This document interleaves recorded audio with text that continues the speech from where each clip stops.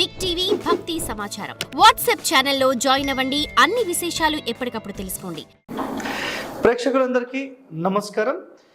ఈరోజు మనం మళ్ళీ కొత్త ఎపిసోడ్ తీసుకుంటున్నాం. ఒక కొత్త టాపిక్ ఏంటంటే ఇంటికి 3 సింహద్వారాలు ఉండొచ్చా. సో చాలామంది ఈ 3 సింహద్వారాల గురించి మాట్లాడుతుంటారు కదా. సో నేను ఒక పాయింట్ చెప్తాను, వినండి.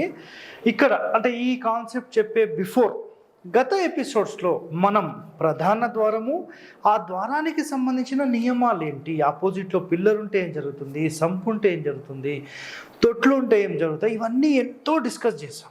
సో మీరు నిజంగా వాస్తు నేర్చుకుందామనే ఒక కాన్సెప్ట్, ఒక లక్ష్యంతో ఉంటే మీరు గత వీడియోస్ అంటే మన యొక్క టోటల్ వీడియోస్ అనేవి వాస్తుకి సంబంధించిన అన్నీ కూడా మీరు చూడండి. మీరు ఒక ప్రొఫెషనల్ లాగా తయారవుతారు. ఓకే, సో నెక్స్ట్ ఇక్కడ మన కాన్సెప్ట్ ఏంటంటే 3 సింహద్వారాలు అసలు ఉండొచ్చా అనేది ఒక ప్రశ్న వేస్తున్నారు. సో 3 సింహద్వారాలు అనేవి ఉండొచ్చు, ప్రాబ్లం ఏం లేదు. కానీ ఎట్లా ఉండొచ్చు? ఒక ఇంటి నిర్మాణం, జస్ట్ ఇది ఇల్లే అనుకుందాం, ఇంకా కాంపౌండ్ అనేది మాట్లాడాను నేను. లేదంటే కాంపౌండ్ కూడా కంపల్సరీ కావాలంటే ఇది కాంపౌండ్ అనుకుందాం, ఇది ఇల్లు అనుకుందాం. ఓకే, దీంట్లో జనరల్గా సాధారణంగా అయితే ఇప్పుడు నేను ఇచ్చే ప్లాన్స్లో ఒక డోర్ మాత్రమే పెడతాను, నేను కేవలం ఒక ద్వారం మాత్రమే పెడతాను. అయితే ఇది ఒక సింగిల్ ఏకశాల అంటాం దీన్ని, ఒక ఇల్లే.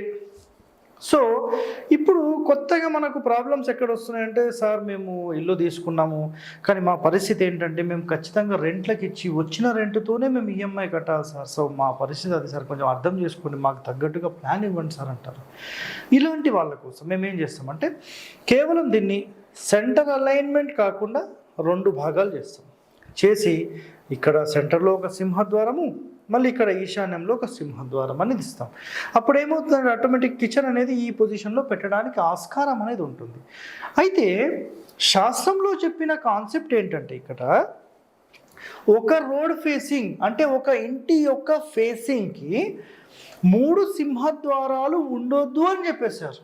అంటే ఒక సమానమైన సైజ్ ఏదైతే మన ఇంటి లోపల ఉండే ద్వారాలకు, కిటికీలకు ఈ సబ్ డోర్స్, విండోస్ అంటుంటాం, వీటన్నిటికంటే పెద్ద డోర్ ఏదైతే ఉంటుందో హైట్లో కానీ, విడ్త్లో కానీ, కమ్మీల మందంలో కానీ, డోర్ మందం కానీ, ఆ డోర్ని చూస్తే ఒక గంభీరత్వం కానీ, ఇవన్నీ కూడా కేవలం ఒక సింహద్వారానికే మనం పెడతాం. అయితే అలాంటి సింహద్వారాలు ఒక ఇంటికి ఒక ఫేసింగ్లో 3 ఉండొద్దు అంటే ఇంకో పార్టీషన్ లాగా చేసి ఇట్లా డోర్ పెట్టి 3 ఉండొద్దు అని చెప్పారు.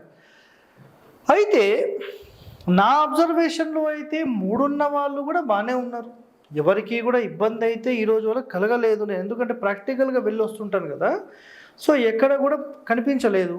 కానీ శాస్త్రంలో అయితే వీటి గురించి ఏం చెప్పారంటే 3 సింహద్వారాలు ఒక వరుసలో ఉండొద్దు అని చెప్పేశారు. ఇది క్లియర్ కట్ ఇది. అయితే మనము 2 అయితే 100% యాక్సెప్టెడ్, వాళ్ళ ప్రకారం అయితే ఉండొచ్చు. అయితే 3 అయితే ఏంటంటే మన శివుడి యొక్క 3వ కన్ను తెరిస్తే ఎలాగైతే ప్రభావాలు ఉంటాయో అలాంటి ప్రభావాలు, చాలా వేడి వాతావరణం అనేది ఇంట్లో ఉంటుంది అని చెప్పారు. సరే, ప్రస్తుతానికైతే యాక్సెప్ట్ చేసి మనం 2 అనుకుందాం. మరి మేము 3 పెట్టుకోవాలంటే ఎలా సార్ అని ఒక ప్రశ్న వేస్తే, వీటిని ఈ వెనక భాగం అంటే ఉత్తరం భాగంలో ఇంకొక డోర్ పెట్టుకుంటే యాక్సెప్టెడ్. ఎందుకంటే ఈ పోర్షన్ వేరే అవుతుంది, ఈ పోర్షన్ వేరే అవుతుంది, ఈ పోర్షన్ వేరే అవుతుంది. ఈ విధంగా మనం 3 అనేది 100% పెట్టుకోవచ్చు. అయితే ఒక వరుసలో 3 ద్వారాలు పెడితే ఏం జరుగుతుంది? సో బయట కనబడేలా 2 అయితే పెట్టుకోవచ్చు, 3 వద్దన్నారు. ఒకవేళ 3 సింహద్వారాలు ఉంటే ప్రశ్నలు ఇవే వేస్తారండి. సార్ ఉంటే ఏం జరుగుతుంది మాకు కూడా చెప్పండి, మేము వింటాం. వినండి, దుఃఖాన్ని కలిగిస్తుంది అని శాస్త్రంలో చెప్పబడి. సార్ ఏ శాస్త్రం చదివారు మీరు? 225 పేజ్ నంబర్ గాయత్రి శాస్త్రీయ గృహవాస్తులో మీరు చదవండి, మీకు తెలుస్తుంది. ఓకే, సో ఇక్కడ పేజ్ నెంబర్స్ అన్నీ ఇస్తూ ఉంటాను.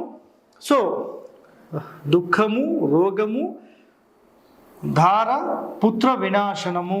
సో ఇక్కడ పుత్ర వినాశనానికి సంబంధించి దుఃఖం ఉంటుందని చెప్పారు, రోగాలు ఉంటాయని చెప్పారు. సో ఎట్టి పరిస్థితుల్లో 3 ఉండొద్దు. ఒకవేళ ఇది ఎక్కడ చెప్పారు? కేవలం ముందు మాత్రం, అంటే ఒక సైడ్లో, ఏదైనా ఒక సైడ్లో, ఒక సైడ్ మాత్రం 1 సైడ్లో పెట్టొద్దని చెప్పారు. నెక్స్ట్ ఈ లెక్క మనకేంటంటే టోటల్ ఈ ఫ్రంట్ ఫేసింగ్కి సంబంధించినంత వరకు మాత్రమే ఇది చెప్పడం జరిగింది. సార్ ఇక్కడ ఇంకో డౌట్ వస్తుంది చాలామందికి, మరి 3 ద్వారాల గురించి మనం మాట్లాడినప్పుడు ఒక చిన్న ప్లాన్ చూపిస్తాను మీకు.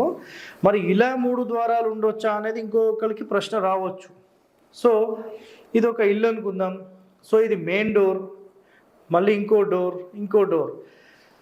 సార్ మనకు 3 ద్వారాలు ఒక వరుసలో ఉండొచ్చా అనే ప్రశ్న కూడా వస్తుంది కదా.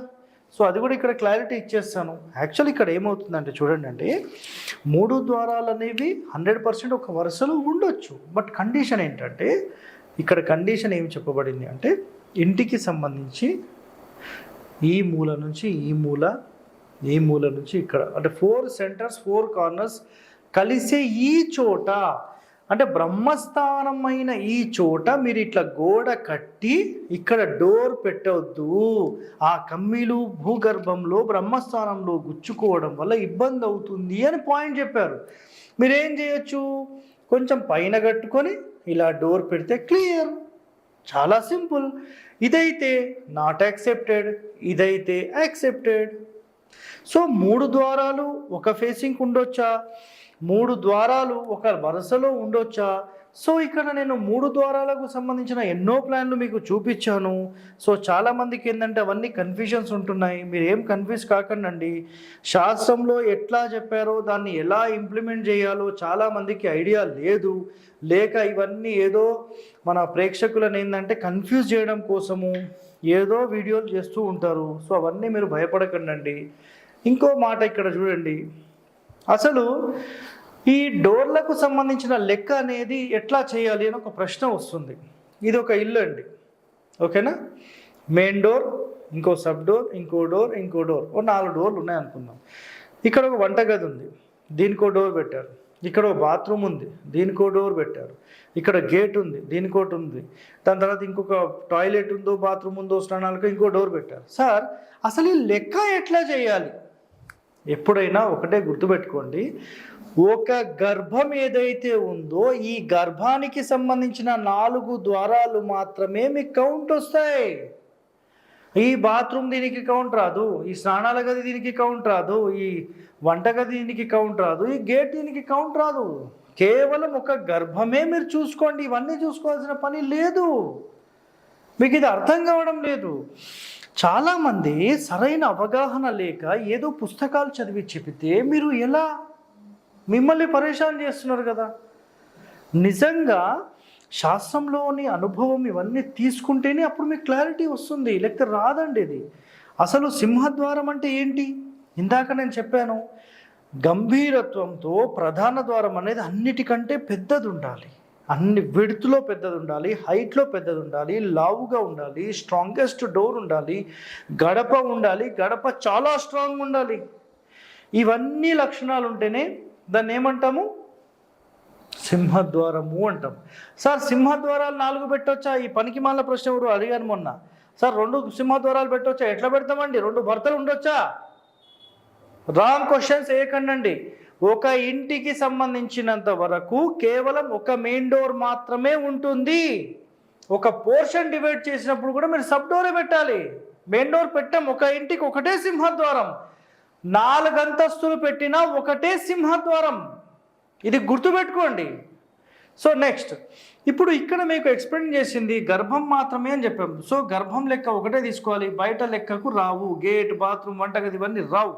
సో సబ్ డోర్ సంబంధించి, మెయిన్ డోర్ సంబంధించి, మెయిన్ డోర్ అనేది ఒకటే తీసుకోవాలి. సబ్ డోర్ మాత్రం ఎట్టి పరిస్థితుల్లో ఎన్నైనా తీసుకోవచ్చు, ఇవన్నీ సంబంధం లేదు. సో ఇప్పుడు ఈరోజు అసలు ఈ 3 సింహద్వారాలు ఉండొచ్చా లేదా అనే ఒక కాన్సెప్ట్ మీరు ఇక్కడ వింటే వీటికి సంబంధించిన పూర్తి వివరణ మీకు అర్థమైందని నేను అనుకుంటున్నాను. ఒక వైపు అయితే 3 ద్వారాలు ఉండొద్దు, అది క్లియర్. వరుసగా 3 ఉండొచ్చా?